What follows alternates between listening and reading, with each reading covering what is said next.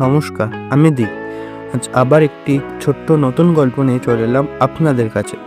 গল্পটির নাম ২১-এর যুদ্ধ। গল্পটি লিখেছে সোনু সামন্ত। আমাদের গল্পগুলো যদি আপনাদের ভালো লেগে থাকে অবশ্যই লাইক, কমেন্ট, শেয়ার এবং সাবস্ক্রাইব করে যাবেন। আর পাশে থাকা বেল আইকনটি অন করে রাখবেন, যাতে আমাদের সমস্ত নতুন গল্পগুলি আপলোড করার সাথে সাথে আপনাদের কাছে পৌঁছে যায়। চলুন শুরু করা যাক। Story FM presents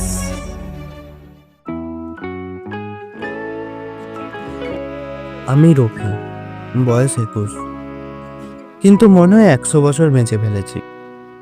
জীবন আমাকে খুব বেশি আনন্দ দেয়নি, কিন্তু গালিয়ার ধাক্কা বেশ ভালোই দিয়েছে। ছেলেবেলা থেকে আমি একটু একাকী থাকতে ভালোবাসতাম।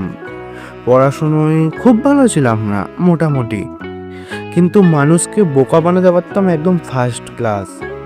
সবাই বলতেন, তোর মতো চালাক ছেলের তো অনেক বড় হওয়ার কথা। আজ বড় হয়েছি ঠিকই, কিন্তু কাজের কিছু হয়নি।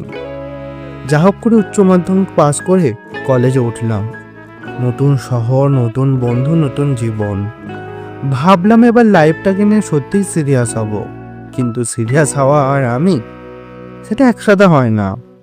বন্ধু বান্ধবদের সঙ্গে আড্ডা, চায়ের দোকানে বসে ফালতু আলোচনা আর সিনেমা দেখা, এই সব নিয়েই জীবন কেটে যাচ্ছিল।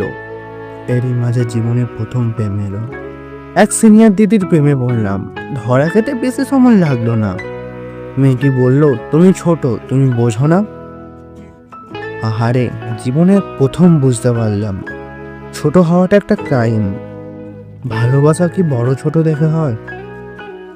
এরপর কলেজটাকে যা হোক করে পাস করলাম। হঠাৎ ২১-এ এসে জীবন হুট করে সিরিয়াস হয়ে গেল। বাসার সবাই বলল, কলেজ পাস করে কি হবে, চাকরি খুঁজতে হবে। আমি ভাবলাম একটু দেরি করে হলে কি হবে, কিন্তু দুনিয়া আমার দেরি সইতে পারল না। হঠাৎ আব্বা অসুস্থ হয়ে বাসায় বসে গেল।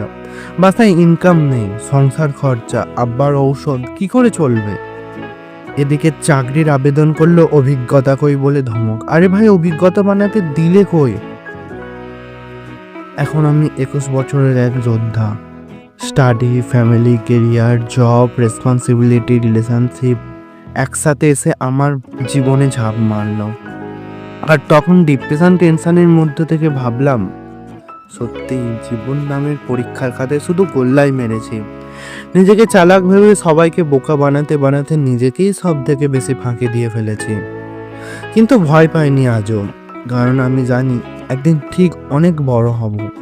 তখন সবাই বলবে, এই ছেলেটা হাল ছাড়েনি আজও।